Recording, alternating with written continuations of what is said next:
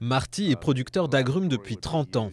Son exploitation mesure près de 2500 hectares qu'il doit contrôler en permanence à la recherche de maladies.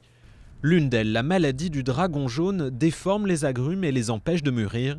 5% des arbres de Marty en sont infectés. C'est catastrophique pour nous car ça peut tuer l'arbre ou le rendre improductif avant de mourir. Et dans les deux cas, l'arbre devient inutile.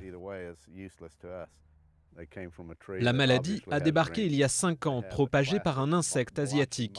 Quand les feuilles commencent à jaunir, l'arbre est déjà touché. Dans ce laboratoire, les chercheurs travaillent sur un remède qui permettrait aux arbres infectés de vivre plus longtemps, mais à ce jour, aucun traitement n'a été trouvé. Notre recherche vise à trouver un antibiotique pour traiter l'arbre. On cherche aussi une solution génétique, une façon de développer des arbres qui seraient résistants à cette maladie et à d'autres. Les exploitants abattent systématiquement les orangers infectés pour stopper la progression du dragon jaune. Mais d'autres vergers restent à l'abandon et sans surveillance.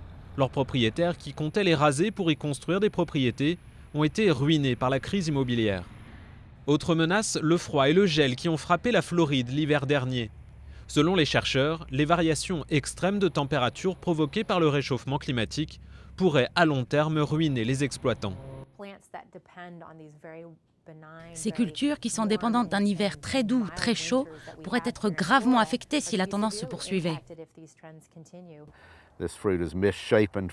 90% des oranges américaines poussent en Floride.